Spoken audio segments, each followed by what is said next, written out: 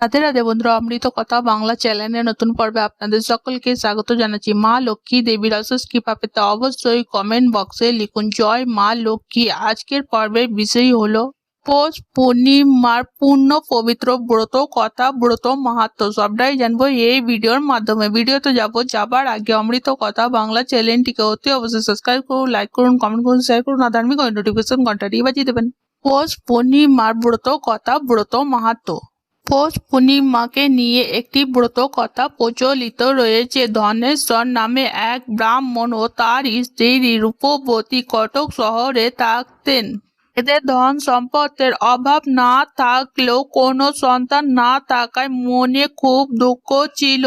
একবার এক সাধু সেখানে আসে। তিনি অন্য সব বাড়ি থেকে দক্ষিণা গ্রহণ করলেও ধনেশ্বরের বাড়িতে যেতেন না।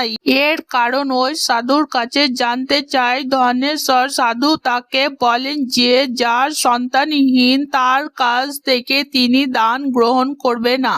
কি করলে সন্তান লাভ করতে পারবেন তা সাধুর কাছ থেকে জানতে চায় ধনেশ্বর। সাধু তাকে চণ্ডী মাতার পুজো করার পরামর্শ দেন। সাধুর কথা মতো ধনেশ্বর চণ্ডী মাতার আরাধনা করতে শুরু করেন। পুজোর 16তম দিনে চণ্ডী মাতা ধনেশ্বরের স্বপ্নে দেখা দিয়ে বলেন যে তাদের কোলে সন্তান আসবে, কিন্তু সেই সন্তান 16 বছরের বেশি বাঁচবে না। সন্তানের দীর্ঘ জীবনের জন্য পূর্ণিমা তিথিতে 32 বার ব্রত পালন করতে বলেন চণ্ডী মাতা।